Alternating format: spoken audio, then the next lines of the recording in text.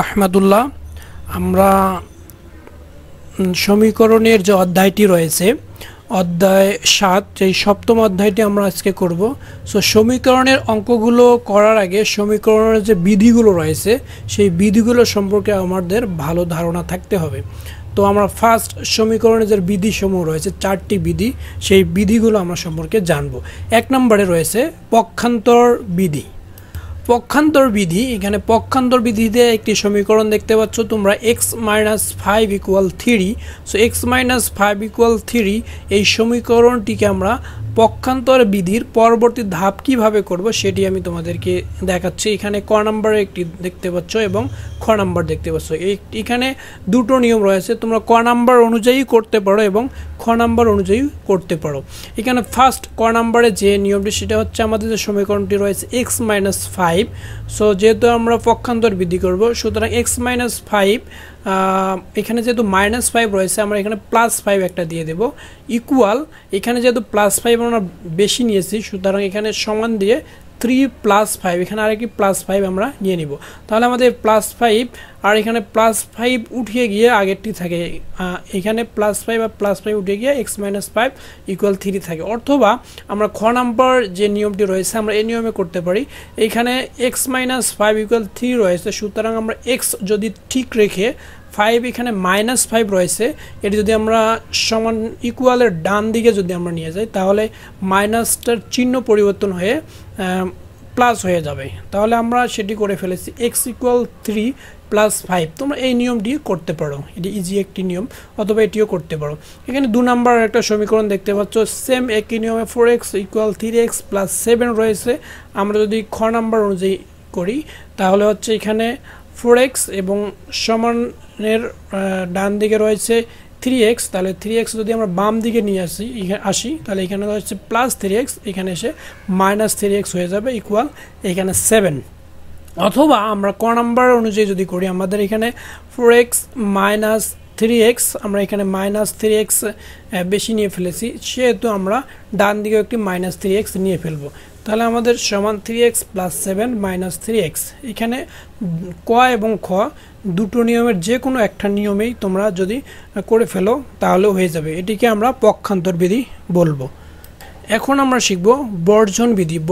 যোগের বর্জন বিধি রয়েছে আর গুণের বর্জন বিধি রয়েছে। সো যোগের যেটি বর্জন বিধি সেটি আমরা ফার্স্ট শিখব। এখানে একটা সমীকরণ দেখতে পাচ্ছ 2x + 3 = a + 3।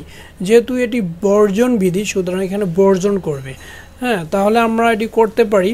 ক নাম্বার যে নিয়মটি রয়েছে 2x + 3, তাহলে আমরা একটি -3 নিয়ে নেব, +3 থাকলে -3 নেব এবং ডান দিকে আরেকটি -3 নিয়ে নেব। তাহলে a + 3 - 3। অথবা খ নাম্বার যে নিয়মটি আছে আমরা সেটি করতে পারি। এখানে 2x = a আমরা লিখে ফেলেছি, অর্থাৎ এখানে আমাদের যে +3 রয়েছে এটি যদি আমরা ডান দিকে নিয়ে যাই তাহলে হয়ে যাবে -3। তাহলে আমরা -3 আর +3 যদি আমরা কেটে দেই তাহলে আমরা 2x = 3 হয়ে যায়। তোমরা এভাবে বুঝতে পারো। অথবা বর্জন, যেহেতু এখানে বর্জন বিধি, যেহেতু একই সংখ্যা যদি ডান দিকে অথবা বাম দিকে থাকে তাহলে আমরা সেটি বর্জন করতে পারি। অর্থাৎ এখানে ইকুয়ালের বাম দিকে 3 রয়েছে এবং ডান দিকেও 3 রয়েছে। আমরা 3 এবং 3 একই সংখ্যা সেহেতু আমরা এটা বাদ দিয়ে দেবো, আমরা বর্জন করে ফেলবো। সুতরাং আমরা যদি বর্জন করে ফেলি 3 আর 3 তাহলে আমাদের এখানে থাকতেছে 2x = a, আমরা সেটি লিখেছি 2x = a। অনুরূপভাবে 2 নম্বর সমীকরণ একই নিয়ম, এখানে -5 রয়েছে, আমরা যদি বর্জন করে ফেলি একই সংখ্যা ডান দিক থেকে এবং বাম দিক থেকে তাহলে আমাদের থাকতেছে 7x = 2a। আশা করি তোমরা বুঝতে পেরেছো। এখানে একটা অঙ্ক দেখতে পাচ্ছ x + 3 = 9, তাহলে আমরা বর্জন বিধির নিয়ম অনুযায়ী করেছি। +3 রয়েছে, -3 দিয়েছে, এখানে -3, দেন x = 6 হচ্ছে। এখানে 3 কেটে গেলে 9 থেকে 3 বিয়োগ করলে হচ্ছে 6 বিয়োগ করে গুণের বর্জন বিধি যেটি হচ্ছে এখানে একটি সমীকরণ দেখতে পাচ্ছ 4 × 2x + 1 = 4 × x - 2। এখানে খ নাম্বার যেটা দেখতে পাচ্ছ তোমরা এই নিয়মই করবা। এখানে যেহেতু আমরা বর্জন বিধি শিখতেছি, একই সংখ্যা যেহেতু আমাদের ইকুয়ালের ডান দিকে এবং বাম দিকে রয়েছে 4, সুতরাং আমরা 4 আর 4 যদি আমরা বর্জন করে ফেলি, বাদ দিয়ে দেই, তাহলে আমাদের থাকতেছে 2x + 1 আর এদিকে থাকতেছে x - 2। তাহলে আমরা এখানে লিখে ফেলবো 2x + 1 = x - 2। অথবা আমরা ক নাম্বার নিয়মে করতে পারি। তাহলে আমরা কি করব, এখানে 4 যেহেতু ইনটু অবস্থা রয়েছে আমরা 4 ভাগ দিয়ে দেব এবং ডান দিকেও আমরা কি করব 4 ভাগ দিয়ে দেব। তাহলে আমাদের 4 4 কেটে গিয়ে আমাদের এই সমীকরণটি আমরা পুনরায় পেয়ে যাব। এইভাবে তোমরা করতে পারো। 3 নাম্বার যেটি রয়েছে আর গুণন বিধি। আর গুণন বিধি, এখানে একটা সমীকরণ তোমরা দেখতে পাচ্ছ x/2 = 5/3। আর গুণন এখানে হচ্ছে আমরা খ নাম্বার নিয়মে তোমরা করবা, সেটি হচ্ছে বাম পক্ষের লব। বাম পক্ষের যদি আমরা লব দেখি, লব হচ্ছে কি উপরেরটি, বাম পক্ষের লব হচ্ছে 5 এবং ডান পক্ষের হর হচ্ছে 2।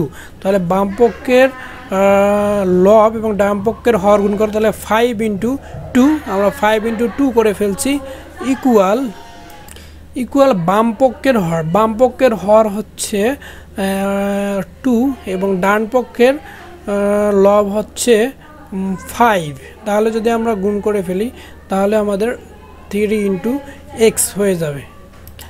এক কথা বলতে গেলে এখানে হচ্ছে এই আর গুণন বিধি অনুযায়ী সমীকরণে এখানে x/2 = 5/3 এর এখানে 5 আর 3 আমরা গুণ করে 5 আর 2 গুণ করে ফেলবো আর এখানে 3 আর x গুণ করে ফেলবো। অর্থাৎ এখানে ফার্স্ট যেটি লব নিব, এটি হর নিব, এটি লব নিব, এটি হর নিব, গুণ করে ফেলে আমরা যেটি পাবো সেটি হচ্ছে আর গুণন বিধি।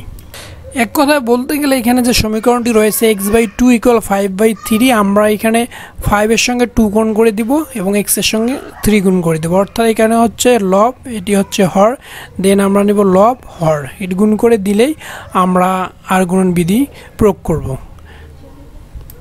এখন প্রতিসাম্য বিধি যেটি রয়েছে 4 নাম্বার যে বিধি রয়েছে, প্রতিসাম্য বিধি হচ্ছে এখানে একটি সমীকরণ তোমরা দেখতে পাচ্ছ 2x + 1 = 5x - 8। এখানে প্রতিসাম্য বিধিটি একই সাথে বাম পক্ষের সবগুলো পদ ডান পক্ষে ও ডান পক্ষের সবগুলো পদ যদি আমরা বাম পক্ষে নিয়ে আসি কোনো রকম চিহ্নের পরিবর্তন ছাড়াই, তাহলে সেটি হবে প্রতিসাম্য বিধি।